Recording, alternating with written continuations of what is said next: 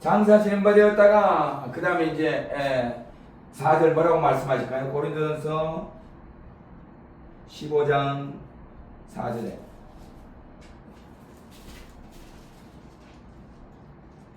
장사 지낸 바 되셨다가 성경대로 사흘 만에 다시 살아나사 게바에게 보이시고 성경대로 다시 살아나고 성경대로 다시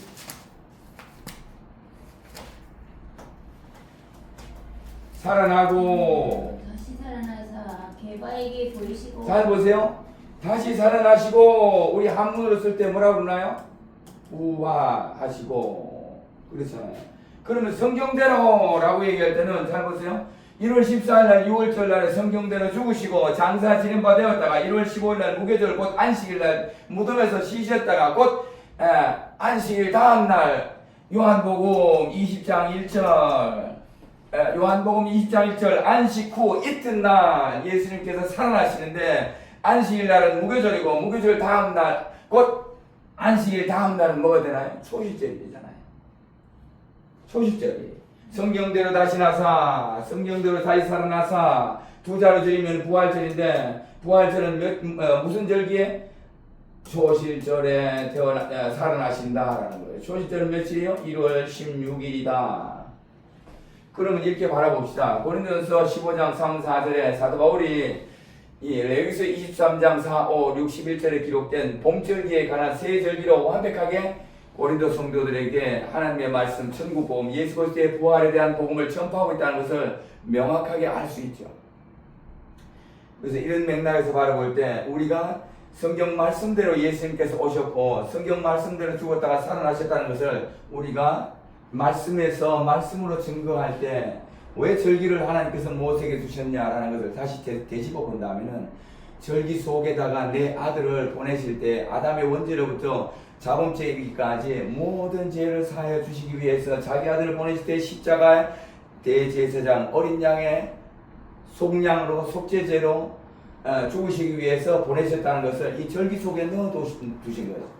이 절기 속에 모세의 절기 속에 넣어두시고 자기 아들을 보내서 십자가를 짊어지고 모든 제사함을 주는 언약의 말씀이 있다는 것을 우리는 사도 바울이 굳이 절기를 얘기하지 않더라도 성경 말씀을 안다면 사도 바울이 레위기서 23장에 있는 절기들을 기초로 해서 부활에 대한 말씀을 예수 그리스도에 대한 부활의 증거를 증언하고 있다는 것을 알 수 있죠.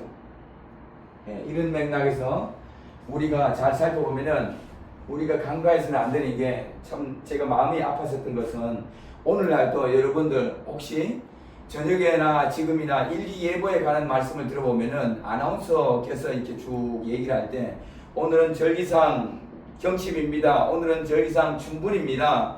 오늘은 절기상 우수입니다. 라고 얘기를 해요. 근데 오늘날 이 현재 시대에 세상에 예수님을 믿는지 안 믿는지 모르지만 우리나라 오늘날 모든 레거시 미디어 방송사들의 아나운서들이 일기예보를 할 때 절기상 춘분, 절기상 동지, 절기상 추분이라는 걸 얘기를 하는데 우리는 거부감이 없어요. 거부감이 없어요. 절기를 얘기해요. 근데 성경에 딱 들어가서 절기상 오늘은 초실절이다 하면은 바로 졸도해 버려요. 졸도해. 왜 이런 현상이 일어나죠? 제가 마음이 아팠다는 얘기는 뭔 말인가? 하나님, 왜 세상의 사람들은 절기를 얘기해도 거부감 없이 받아들이고 우리가 일기예보를 참고해서 절기에 맞춰서 다 오늘 이 시대를 분별하고 오늘은 그러면 일기예보에 맞춰서 우산을 들고 갈까? 아니면 오늘은 파종을 하면 안 되겠다. 씨앗을 뿌리지 말자. 아니면은 수확을 하지 말자. 절기를 따라 일기예보를 따라 다 움직이는데 하나님의 추수의 절기에 관해서 절기의 추수에 관한 절기의 말씀만 드리면 그냥 졸도해버리고 경기를 일으켜요. 왜 이런 현상이 일어나죠?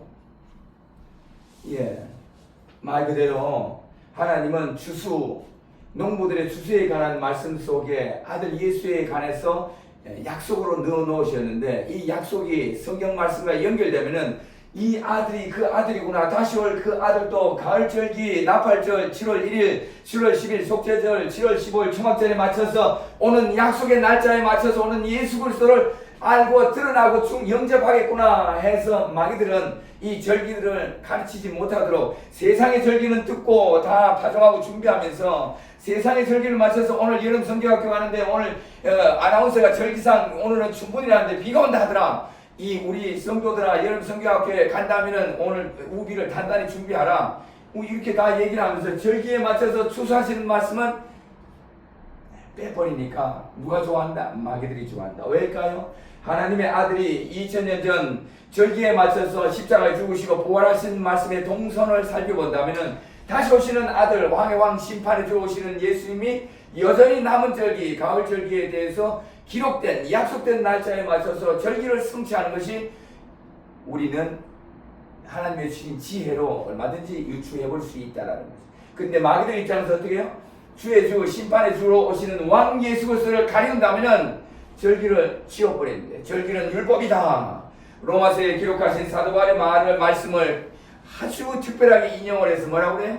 율법으로 구원을 못 받나니 믿음으로 말미암아 구원받기 때문에 절기는 율법이라서 너희가 절기를 알면은 구원을 받지 못한다라는 아주 특별하게 해석을 해서 이 절기는 율법 아래 있고 절기로 말미암아 구원을 받지 못하는 거니까 굳이 절기에 대해서 알 필요 없다라는 식으로 우리가 적당히 넘어가는 것은 대단히 위험하다라고 말씀드리죠. 그래서 다시 말씀드리지만은 사단의 입장에서 마귀들의 입장에서 절기를 따라 십자가를 지시러 오셨던 대제사장 예수님이라면은 절기를 따라 그러면은 다시 오시는 예수님 심판해 주고 왕으로 오시는 예수 그리스도의 말씀이 다시 절기에 맞춰서 모든 언약의 말씀을 성취하시는 분이라면은 마귀들은 뭘 한다? 절기를 숨겨버리면 돼요. 안 가르치면 되죠.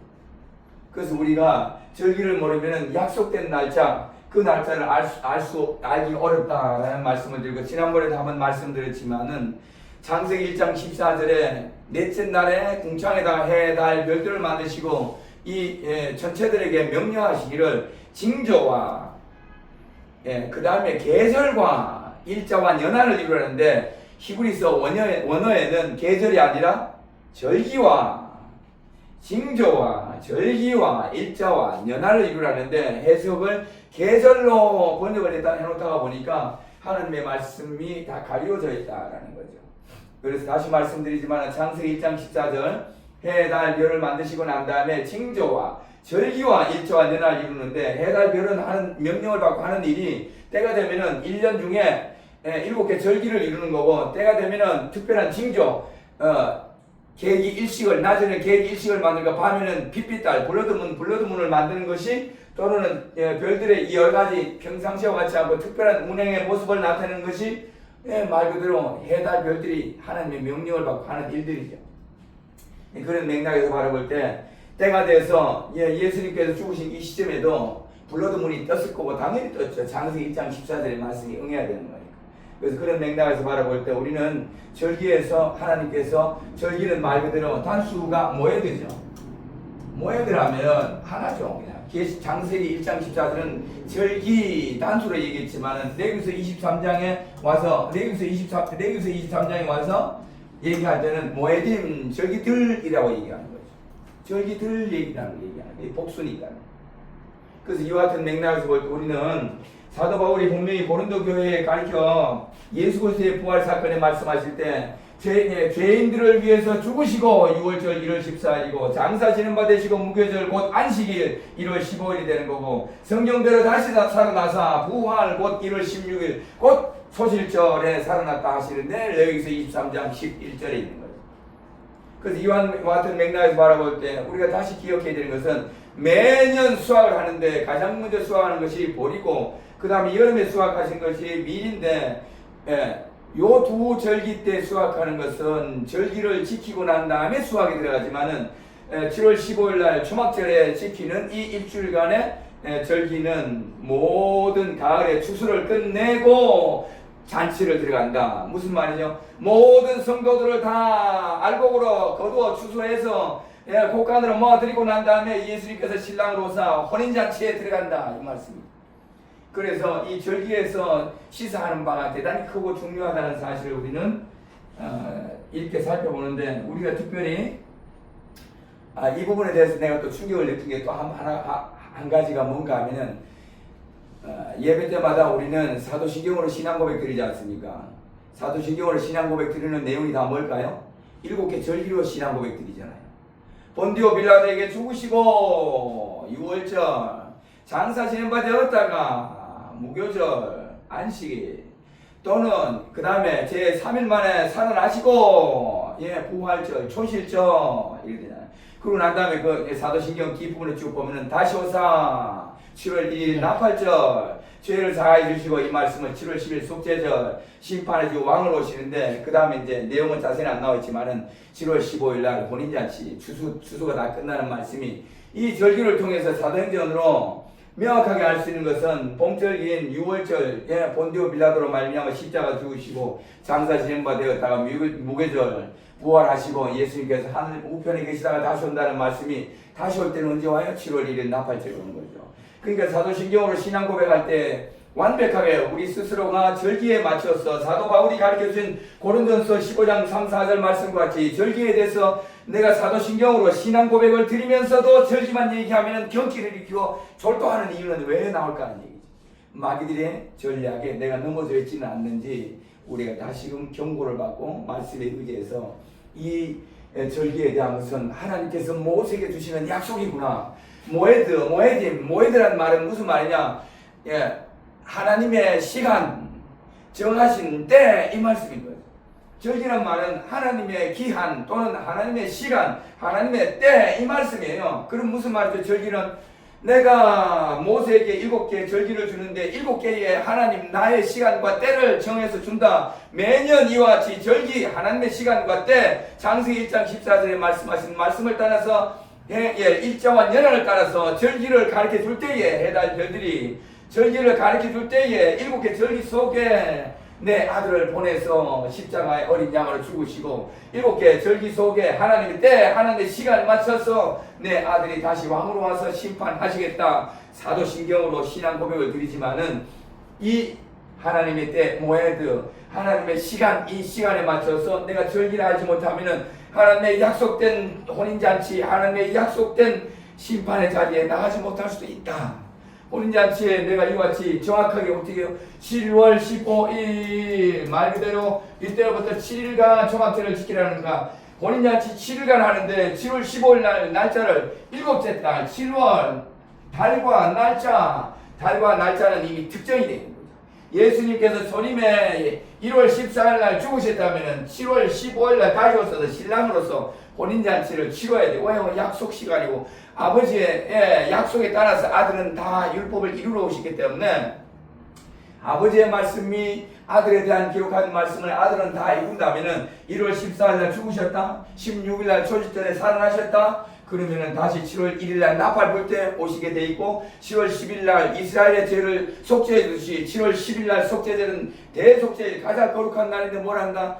이스라엘의 70인의 모든 민족을 1년 한 해 동안 죄의 사함을 주는 날이 속죄절이라면은 다시 확장해서 예수 그리스도는 창세기 10장 70인의 노아의 전 인류 전 지구의 노아의 70인의 자손들 이 백성들의 1년의 모든 죄의 사함을 주는 날이 7월 10일 속죄절 예수 그리스도의 대속죄절에 계시록 20장 백보자에 앉아서 하시는 심판이다라는 거예요. 그래서 우리가 이스라엘에 대해서는 좀 협소하게 또는 협의의 뜻으로 해석을 한다면 7월 10일 속죄절 날은 이스라엘이 1년 동안 모든 민족이 범죄한 죄를 대제사장이 어린 양의 피로 들어가서 죄사함을 주는 날이라면 예수 그리스도의 구속사는 대속의 은혜는 동일한 7월 10일에 대해서 이스라엘은 야곱의 70인의 자손 출애굽기서 1장 5절에 야곱의 70인의 자손이 애굽으로 내려갔다 돌아와서 이스라엘 나라를 건국하는데 모세에게 7월 10일 절기를 용키푸르 대속죄를 정해주시고 난 다음에 이후에 치러지는 대제사장이 하는 일들은 뭐냐? 야곱의 70인의 자손 이 자손들을 위해서 1년 동안 지은 이스라엘 전 민족에 대한 죄사함을 매년 치르는 것이 7월 10일 대속죄일이다. 이날에 민족의 모든 죄사함을 다 털고 새로운 출발하는 것이 정확히가 7월 15일 7일 끝나고 20일 대회 큰 날이라 이 날이 새 출발하는 날이고 아담과 하와가 새로운 부부로서의 삶을 사는 날이고 예수 그리스도 다시 오사 계시록 22장 1절에 새로운 출발 예수님과 신부인 예루살렘 곧 교회가 새로운 출발하는 날이 제8일째 되는 날, 대회 큰 날이라는 거죠. 그래서 이와 같은 말씀을 비추어 볼 때 우리가 오늘날에 관한 나머지 남은 날 절기에 대한 약속도 하나님의 때, 말 그대로 7월 1일 하나님의 시간, 7월 10일 하나님의 시간, 7월 15일 전부 하나님께서 약속하신, 모세에게 약속하신 절기 곧 하나님의 때인데, 이걸 하나님의 말씀으로 하나님과 자기 백성들 간의 언약으로 모세에게 주셨는데, 하나님 뭐라 하신다고요? 나는 너에게 언약의 하나님이 되고 너는 내 백성이 되리니. 그래서 우리가 스스로 고백할 때 보면 나는 언약의 백성입니다 라고 고백할 때, 이와 같이 모세에게 주신 언약의 말씀, 약속의 때와 시간을 알고 약속에 참여할 때에 하나님은 우리의 언약의 하나님을 성취하시고 약속을 신실하게 이행하시는 신실하신 이 약속의 하나님, 언약의 하나님이라고 고백드리고, 나는 신실하신 언약의 약속의 하나님, 언약의 백성입니다 라고 우리가 고백을 드리지 않습니까?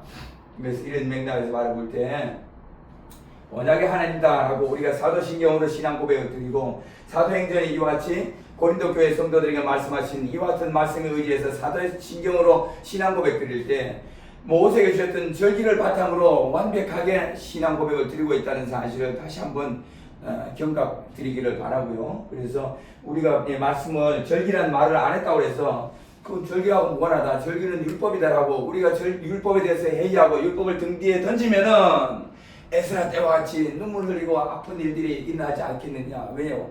율법에 회의하고 율법을 등 뒤로 던지다 보니까 다시 스룹바벨과 여호수아로 70년 만에 돌아왔지만은 예루살렘 성 중건을 못하고 있잖아요. 그래서 학사경 에스라가 돌아와서 율법에 대해서 다시금 말씀을 세우고, 율법의 말씀을 바로 세우고 난 다음에 그 다음에 성전 중건을 완공으로 들어가는 그런 말씀이잖아요. 그래서 우리가 율법이라고 해서 등 뒤에 던지고 율법에 대해서 회의한 삶과 자세를 가진다면 하나님께서 자기의 시간과 때에 맞춰서 아들을 보내시고 다시 보내실 때 우리는 약속에 참여하지 못할까, 언약의 백성으로서 언약의 때를 놓칠까, 시간을 놓칠까, 우리는 심히 두려워해야 할까 아닌가 생각하는 거죠. 그래서 하나님을 두렵고 떨리는 마음으로 섬기되 자기 아들을 위해서 하나님의 이 모든 십자가 부활 사건을 절기에 맞춰서 모세에게 주신 약속 시간에 맞춰서 한 사실이라면 어떻게 절기를 내가 율법이라고 내가 단정 짓고 몰라도 돼 라는 식으로 적당히 가르쳐도 돼 라는 식으로 할 수가 있을까? 절대 불가능하지 않을까라고 말씀을 드립니다. 그럼 이렇게 봅시다. 요한복음 20장 1절이 말 그대로 안식 후 첫날에 라는 말씀이잖아요. 요한복음 20장 1절을 제가 읽어드리겠습니다. 요한복음 20장 1절. 안식 후 첫날. 네. 요한복음 20장 1절에 보면은 안식 후 첫날 일찍이 아직 어두울 때에, 또는 어떤 성경에는 새벽 미명에, 그 바로 보면은 19장 42절에는 보면 이 말씀이 있지 않습니까? 이날은 유대인의 준비리요. 또 무덤이 가까운 곳으로 예수를 거기 두니라. 요셉의 무덤에 두었다는 말이지만은 유대인의 준비일이요 라고 얘기할 때는 뭔 말이죠? 안식일 전날, 안식일을 준비하기 위한 날을 준비일인데, 이 날이 뭔 날이죠? 6월절 성금요일이죠. 여기서 요한복음 19장 42절에 이 날은 준비일이요 라고 얘기할 때 안식일이 거룩한 날이기 때문에 안식일 날 준비하는 날이 뭐죠? 안식일 전날이죠. 안식일 전날이 성경대로 바라보면 무슨 절이죠? 6월절이죠. 그래서 준비일이요 라고 말씀하실 때는 6월절이라고 성금요일 돼요. 성금요일 다음에 그날 저녁 오후에 십자가에 예수님께서 창에 찔리고, 롱기누스 창에 찔리고 물과 피를 다 쏟으시고 난 다음에 그날 저녁 6시 되기 전에 장사를 지내야 돼요. 왜냐하면은 그 다음 날에 안식이기 때문에 율법으로 따지면 시체를 만진 자는 성전에 들어갈 수가 없어요. 그래서 왜 급하게 가까운데 무덤에다 후딱 장사를 지내느냐? 구약 성경에 기록된 말씀을 따라서 시체를 만지면은 일주일 동안 부정하기 때문에 그러다 보면은 안식일에 들어갈 수가 없잖아요. 그러다 보니까 바로 잠시 후 오후 3시에 예수님께서 죽으셨다면은 큰 소리를 지르시고 운명하시느라 죽으셨다면은 바로 3시간 후인 오후 6시가 하루 다음 날로 넘어가는 거기 때문에 창세기 1장 3절 5절의 말씀을 따라서 이는 창조의 첫째 날 저녁이 되고 아침이 되고 라고 말씀하실 때 저녁이 하루의 시작점이기 때문에 하루의 시작 곧 안식일로 넘어가는 저녁, 성금요일 저녁 6시가 넘어가면은 안식일이 되기 때문에 그 6시가 오기 전에 시체를 만지면 안 돼, 시체를 만져야 되는 거죠. 그래서 안식이 오기 전에 얼른 시체를 무덤에 장사한다는 그런 내용으로 준비요라고 말씀하실 때 여기서 준비라고 얘기했더니 그 다음 날이 무교절 곧 안식이기 때문에 안식일 준비하는 날 그날이 6월절을 성금요일을 한다. 그러면은 토요일 날이 말 그대로 안식일이 되는 거고 그 다음에 부활하신 날이 일요일이 되는 거죠. 그래서 이와 같은 맥락에 바라볼 때 요한복음 20장 1절 안식 후 첫날 이 말은 뭔 말이죠? 준비일이요 라고 할 때는 준비일은 말 그대로 금요일 1월 14일이 되는 거고 그 다음에 요 안식 후 첫날 그러니까 잘 보세요. 안식 후라는 거 이거는 무교절 안식일이 되는 거죠. 첫날은 뭐죠? 초실절 1월 16일 부활절이 되는 거죠. 그럼 여기 명확하게 잘 보시면은 안식 후 안식일이에요. 말 그대로 토요일입니다. 6월절은 언제든 성금요일이에요. 우리 누구나 다 하는 거예요. 안식 후 첫날은 초실절 일요일이죠. 이거 꼭 기억하셔야 돼요. 이 부분에 대한 오늘날 예민한 문제고 다툼이 크게 현재 상존하는 문제이기 때문에 우리는 이 부분에 대해서 반드시 하나님께 예수님께 질문해서 이에 대한 분명한 답을 주소서 라고 보여야 될 시점이 와 있다는 걸 말씀을 드리는데 그래서 요한복음 20장 1절에도 부활하신 날을 일요일이라고 얘기하잖아요. 레위기서 23장에는 이 날을 맞춰서 초실절에 이 말은 초실절에 말씀하시는 거고 초실절에 맞춰서 부활의 처음 열매로 부활하셨다고 말씀하시는 거죠. 근데 여기서 어쨌든 우리가 중요한 건 이거 한번 짚어볼 필요가 있다는 거죠. 무슨 말씀인가 하면 말씀하신 대로 성금요일 1월 14일이죠. 6월절이잖아요. 그럼 그 다음에 토요일 무교절. 15일 안식이잖아요. 무교절이죠? 예, 무교절이죠. 예, 무교절이고 무교절이기도 하고 안식이기도 하고 그 다음에 넘어가는 게 이제 1월날 안식 후 첫날 부활절. 예, 요 날이 초실절. 2월 16일 초실절이기도 하고 부활절. 곧 부활절이라는 거죠. 근데 너무나 너무한 게 부활절을 강조하는데 이걸 안 하다 보니까 절기하고 연결을 성도들이 잘 못해요. 이건 말씀이잖아요. 제가 지어내고 내가 참 사사로이 지어낸 것도 아닌데 내가 초실절에 약속을 따라 예수님께서 부활하셨다는 것을 초실절 말 그대로 모에드 또는 하나님의 약속의 시간을 따라서 부활하셨다 그 초실절을 강조를 하면은 내가 부활은 그냥 막연하잖아요. 살아나셨다 이런 의미지만은 초실절 이러면은 약속의 시간과 때에 맞춰서 라는 거기 때문에 더 중요하고 왜냐하면 구약의 구속자에 대한 약속 날짜에 성취가 됐다. 율법을 이와 같이 성취하셨다는 건데 부활만 딱 얘기해 버리면은 성취의 과정에 일어났던 약속의 절기에 대한 하나님의 말씀이 다 가려워져 버려요. 실제 이 부분이 소홀하게 되는 거죠. 그러니까 그냥 막연히 오늘 부활하셨습니다. 이것만 하고 어떻게 부활하셨냐면은 버벅하게 우리가 대답을 못하는 경우가 많아요. 그러나 이와 같이 말씀 속에 약속의 시간과 때에 맞춰서 절기에 맞춰서 수수하는 때에 맞춰서 오셨다는 말씀을 안다면은 부활이라는 의미에 대한 깊은 하나님의 말씀을 알고 은혜를 전할 수 있다는 거죠. 그래서 이것이 곧 알 때에 말씀이 무장되었고 말씀은 성령의 검이고 누군가 부활에 대해서 질문을 해서 공격을 한다면 이 말씀을 알고 말씀은 성령의 검으로 내가 가지고 답변을 드릴 때 반박을 하지 못한다라는 거죠.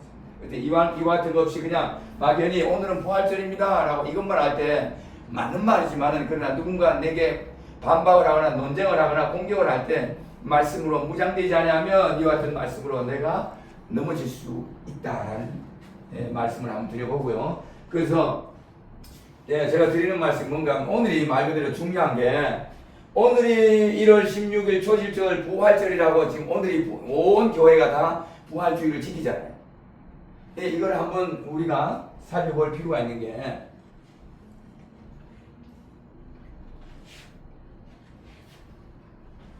이 문제는 이제는 다시금 한번 하나님 앞에 기도 제목으로 히스기야 왕이 사내립의 편지를 놓고 성소에 들어가서 눈물로 기도드린 것처럼 오늘날 우리가 이 문제를 놓고 하나님과 예수 그리스도 앞에 우리에게 좀 답을 주소서라고 구해야 될 시점 아주 절제 이건 너무나 중요합니다. 여러분 말 그대로 계시록 13장 16절 18절 짐승의 이름 그 이름의 수 잘 아시다시피 666입니다. 그런데 중요한 것은 666표 이를 안 받는 일들이 무슨 어떤 일일까요? 하나님의 계명과 예수에 대한 믿음을 지키는 자들이 짐승의 이름을 이기고 그 이름의 수를 이기고 요한계시록 15장 2절 불이 붙은 불같은 유리바다가 있는데 짐승과 그의 우상과 그의 이름의 수를 이기고 벗어난 자들이 불이 섞인 유리바다가에 서서 하나님의 금고를 가지고 모세의 노래 어린 양의 노래를 부른다고 하나님은 기록하고 계신데 그럼 어느 날 내가 이 문제 지금 제가 드리고자 하는 이 문제 절기에 대한 이 문제로 오늘 부활절에 대한 이 문제로 하나님 앞에 절대적으로 물어야 될 중요성이 말 그대로 666표를 받지 않는다면은 어떤 우리가 여기서 666표를 받지 않는다면 어떤 일이 나느냐 내가 하나님의 계명과 예수에 대한 믿음을 지키라고 말씀하시니 계시록 14장 12절 계시록 12장 17절에 말씀하시기를 하나님의 계명과 하나님의 예수에 대한 증거를 가진 자들이 바닷가 모래에 서서 붉은 용과 군대들과 싸우고 또한 하나님의 계명과 예수에 대한 믿음을 지키는 자들이 이 짐승의 이름, 짐승과 그의 이름과 그의 수를 이기고 이긴다라고 말씀을 하고 계신다는데 그렇다면 하나님의 계명은 뭐냐는 거예요. 10계명이잖아요. 예수에 대한 믿음은 뭐죠? 3계명이죠. 그럼 10계명 중에 제 4계명이 안식일이잖아요.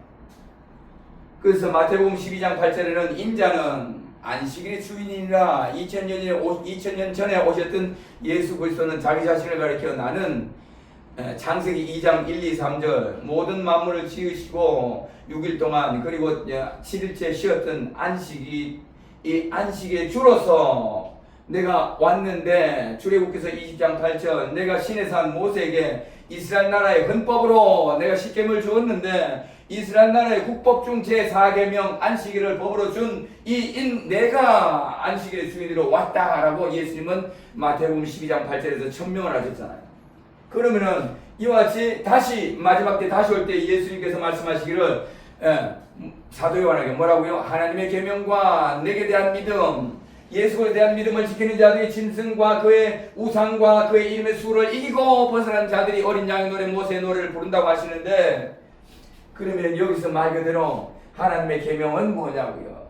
요한 1서 2장에 있는 것처럼 내가 너희에게 새 계명을 말하는 것이 아니라 옛 계명을 말하노니 요한 1서 2장에 분명히 말씀하시죠. 내가 옛 계명을 말하노니 옛 계명을 지키는 자에게 사랑이 있고 옛 계명을 지키는 자에게 진리가 있고 옛 계명을 지키는 자에게 말씀이 있나니 곧 이 계명을 행하는 자라야 하나님께로 난 자고 하나님께 속했다라고 사도 요한은 요한 1서 2장에서 분명히 말씀하시고 다시 사도 요한은 요한 계시록에서 짐승의 표를 받지 않는 성도들의 싸워 이긴 이김이 뭐냐고요. 하나님의 계명과 예수에 대한 믿음, 곧 새 계명으로 오신 예수에 대한 믿음을 지키는 자들이 짐승의 표를 받지 않는다고 하는데 하나님의 계명을 여기서 뭘 말씀하신 거예요? 10계명을 말씀하죠. 10계명을 말씀하시는데 제 4계명이 안식일이죠. 그러면 잘 보세요. 왜 안식일을 성경대로 잘 지키는데 왜 666표로 다시 압력을 가하고 압박을 가하는 상황이 나올까요? 대단히 중요한 문제입니다. 이 문제 여러분 내가 안식일을 잘 지키면은 이 짐승이 666표를 가지고 너 안식일을 잘 지켜라고 압박할 이유가 없어요.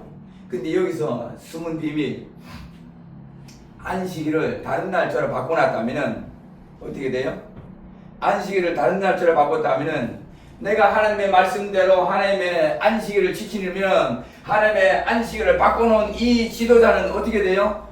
감히 내가 하나님의 법과 같이 안식일을 바꿔놓은 내 이 안식일을 안 지켜? 이 안식일에 나와 안식일을 지켜 그날은 일요일이야 라고 얘기를 한다면은 어떻게 돼요? 핍박의 문제가 따라오죠.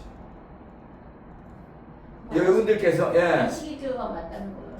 일요일 날에 이 문제를 제가 말씀드리잖아요. 지혜 있는 자는 말씀에 기초해서 살펴보고 연구하고 곧 여러분들이 기도할 때 고하는 하나님 아버지와 예수 그리스도는 살아계시니까 그분에게 마땅히 지혜와 분별함으로 이 문제를 앞에 히스기야 왕이 사네립의 편지를 넣고 성소에 들어가서 기도드린 것처럼 이 말씀을